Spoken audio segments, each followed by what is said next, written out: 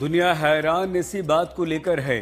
Trump के cease fire बढ़ाने के पीछे आखिर उनका प्लान क्या है? क्या वाकई ट्रंप ने ईरान के खिलाफ आर्थिक हथियार चलाया है?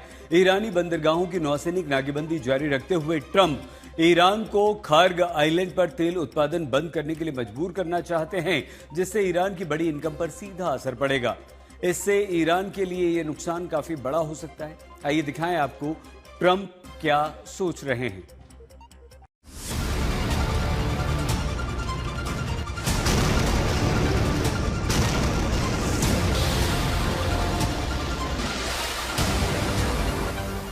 एक तरफा सीज फायर बढ़ाकर ट्रंप ये साबित करने की कोशिशों में लगे हैं कि इस युद्ध में और होर्मुज में अमेरिका की नाकेबंदी से ईरान की कमर टूट चुकी है।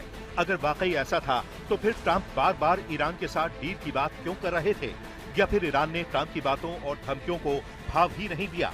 तो युद्ध से निकलने का रास्ता खोज रहे ट्रंप ने पाकिस्तान का नाम लेकर खुद से ही सीज फायर का ऐलान कर दिया। ईरान के विदेश मंत्री अब्बास अराक्ची का कहना है कि अमेरिका की उकसाने वाली कार्रवाइयां और बार बार होने वाले युद्ध विराम उल्लंघन कूटनीतिक प्रक्रिया को आगे बढ़ने से रोक रहे हैं। ईरानी वाणिज्यिक जहाजों के खिलाफ धमकियां और हस्तक्षेप और ईरान को लेकर विरोधाभासी बयान, धमकी भरी भाषा भी इस प्रक्रिया में बाधा डाल रही है।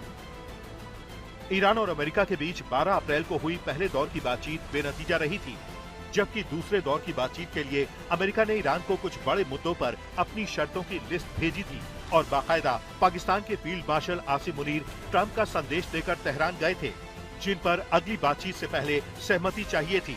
लेकिन कई दिन गुजरने के बाद भी ईरान की ओर से कोई जवाब नहीं आया। आपको बता दें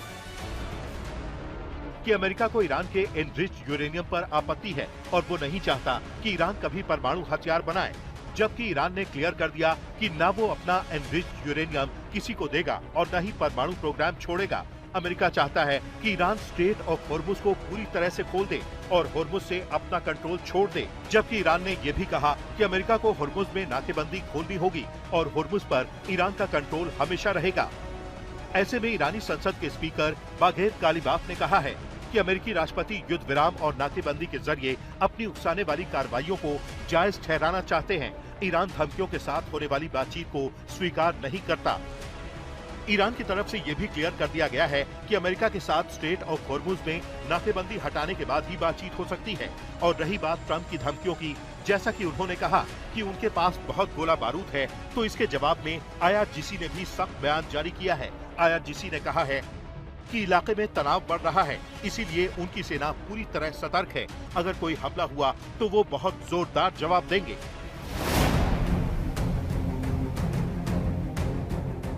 इतना ही नहीं, ईरान के एक सैन्य कमांडर ने मिडिल ईस्ट के देशों को फिर से धमकी दी है, जिसमें कहा गया है कि अगर उनके इलाके या सैन्य ठिकानों का इस्तेमाल ईरान पर हमले के लिए किया गया तो मिडिल ईस्ट में तेल उत्पादन बंद होने की नौबत आ सकती है। ईरान अब सिर्फ सैन्य ठिकानों पर हमला नहीं करेगा, बल्कि पूरे मिडिल ईस्ट के तेल ठिकाने और रिफाइनरियों पर भी हमला करेगा। जबकि रिपोर्ट्स ये भी हैं कि अमेरिका ईरान युद्ध के चलते अमेरिकी मिसाइल भंडार पर बड़ा असर पड़ा है। वॉशिंगटन स्थित द हिल की रिपोर्ट के मुताबिक अमेरिकी सेना ने अपने कई अहम मिसाइल सिस्टम का बड़ा हिस्सा खर्च कर दिया है। Centre for strategic and international studies यानी CSIS की नई रिपोर्ट में कहा गया है कि बड़े पैमाने पर हुए हवाई और मिसाइल हमलों की वजह से अमेरिका के हथियार भंडार में बड़ी कमी आई है।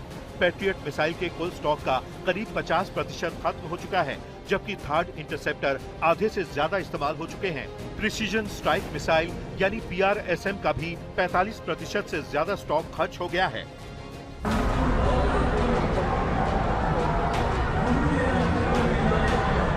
उधर ईरान में सरकार समर्थक रैली के दौरान बैलिस्टिक मिसाइल का प्रदर्शन किया गया। सरकारी चैनल IRIB की फुटेज में राजधानी के इस मुख्य चौक पर बड़ी संख्या में लोग जुटे नजर आए। तस्वीरों में लोगों को झंडे लहराते हुए दिखाया गया, जिनके पास ईरान की Khorramshahr 4 medium range ballistic missile रखी गई थी। इसी तरह से मिसाइल प्रदर्शन ईरान के कई और शहरों में भी किए गए।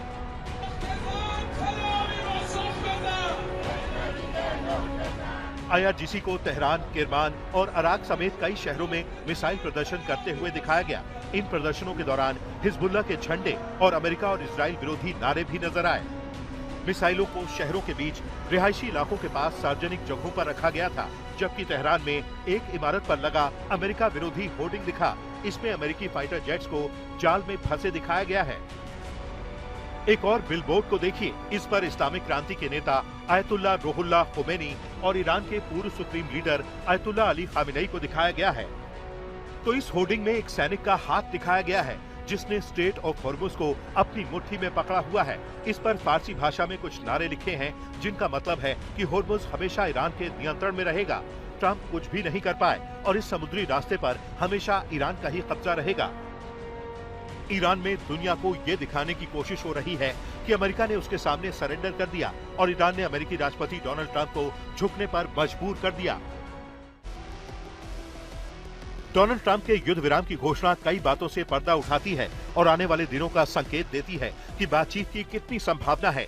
ट्रंप की पोस्ट इशारा करती है कि फिलहाल उन्हें भी नहीं पता कि ईरान का प्रस्ताव वास्तव में क्या है और ईरान की सरकार में आखिरी फैसले कौन ले रहा है। ध्यान देने वाली बात यह भी है कि उन्होंने सीज फायर की कोई समय सीमा नहीं दी है, यानी समाधान निकालने के लिए कोई डेडलाइन नहीं रखी गई। इस रणनीति से उन्हें सैद्धांतिक तौर पर ज्यादा लचीलापन मिलता है। डोनाल्ड ट्रंप ने ये फैसला लेकर अपने लिए थोड़ा और समय निकाल लिया है। पहले वो ईरान से लगातार कह रहे थे या तो समझौता करो वरना बुधवार से फिर से युद्ध शुरू होगा, और ऐसा कहने के बाद ही उन्होंने अनिश्चितकाल के लिए युद्ध विराम बढ़ा दिया। ट्रंप ने ईरान के भीतर और ज्यादा बमबारी और तबाही के खतरे से फिलहाल एक बड़ा कदम पीछे हटा लिया है। दिलचस्प बात यह है कि राष्ट्रपति डोनाल्ड ट्रंप ईरान में बिखरी हुई लीडरशिप की बात कर रहे हैं। इससे लगता है कि अमेरिकी प्रतिनिधि मंडल अभी ये समझने की कोशिश कर रहा है कि असल में बातचीत किससे की जाए और किस तरह का प्रस्ताव रखा जाए। अमेरिका के मुद्दे साफ हैं, होर्मुज स्ट्रेट को फिर से खोलना, ईरान की यूरेनियम एनरिचमेंट की क्षमता को नियंत्रित करना, और ईरान इस पर मानने को तैयार नहीं है। यहाँ ये शंका भी जताई जा रही है कि भले ही ईरान कहता है कि वो परमाणु बम नहीं चाहता, लेकिन वो भविष्य में बम बनाने का विकल्प अपने पास रखना चाहता है। दोनों पक्षों के बीच अब भी कई बेहद अहम और जटिल मुद्दे सुलझाए जाने बाकी हैं। जब 2 हफ्ते का युद्ध विराम खत्म होने वाला था और एक बार फिर बमबारी शुरू होने का खतरा मंडरा रहा था, तब अमेरिकी प्रशासन ने फिलहाल ठहर कर एक कदम पीछे लिया है और अब आगे क्या होता है ये देखना दिलचस्प होगा। आज तक ब्यूरो।